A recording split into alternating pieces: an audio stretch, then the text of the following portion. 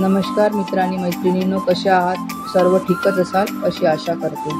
तर हा व्हिडिओ आहे सोमवारचा आणि आज मी तो मंगळवारी टाकते, कारण काही कारणास्तव तो मी टाकू नाही शकले। तर आम्ही आलेलो ठाण्याच्या कोकणेश्वराच्या मंदिरात दर्शनाला, त्यामुळे तुम्हाला पण त्या मंदिराचं दर्शन घडावं या दृष्टिकोनातून हा व्हिडिओ टाकते आहे। तर हे ठाण्याचे कोकणेश्वराचे मंदिर ठाणा स्टेशनपासून अगदी 10 मिनिटाच्या अंतरावर आहे। जर तुम्हाला कोणाला दर्शन करायचं असेल तर तुम्ही अगदी ठाणा स्टेशनपासून 10 मिनिटाच्या अंतरात मंदिरात पोहोचू शकता आणि दर्शनाचा लाभ घेऊ शकता।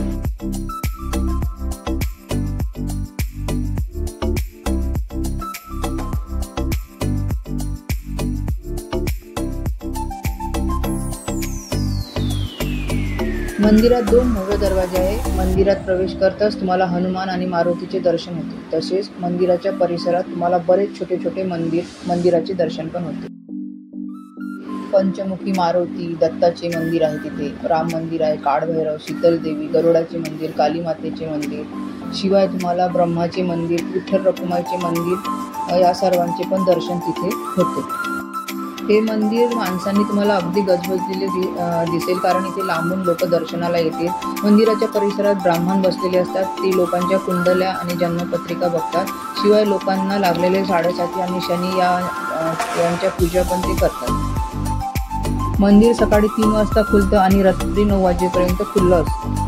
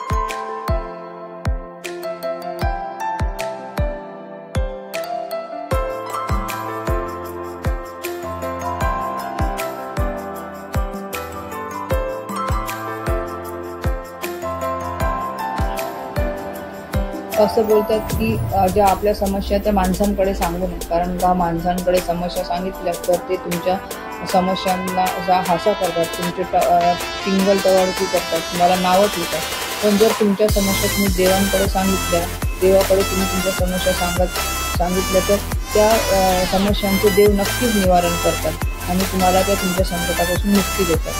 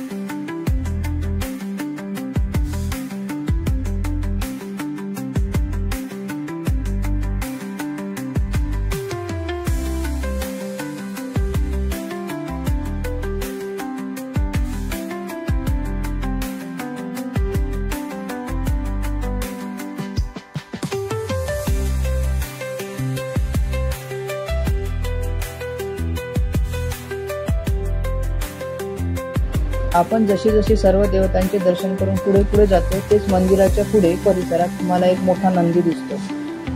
या नंदीचे पण वैशिष्ट्य आहे की हा नंदी दरवर्षी 1 इंचाने वाढतो।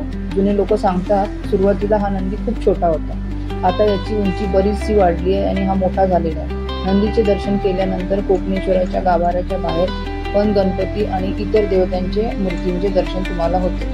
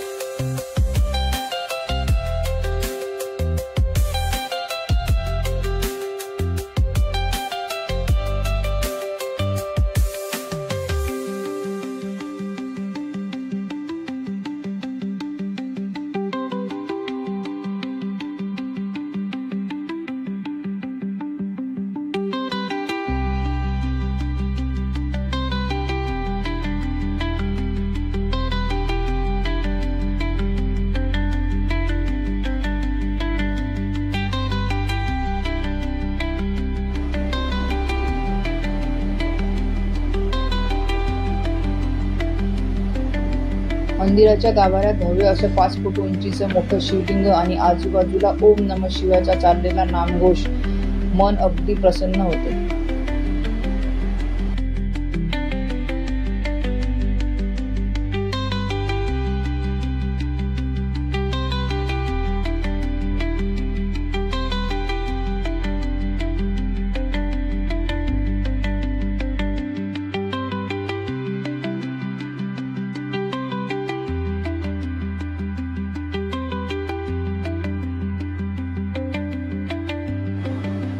मंदिरातून बाहेर पडलं की विशाल असा पिंपळाचा वृक्ष तुम्हाला पुढे दिसेल।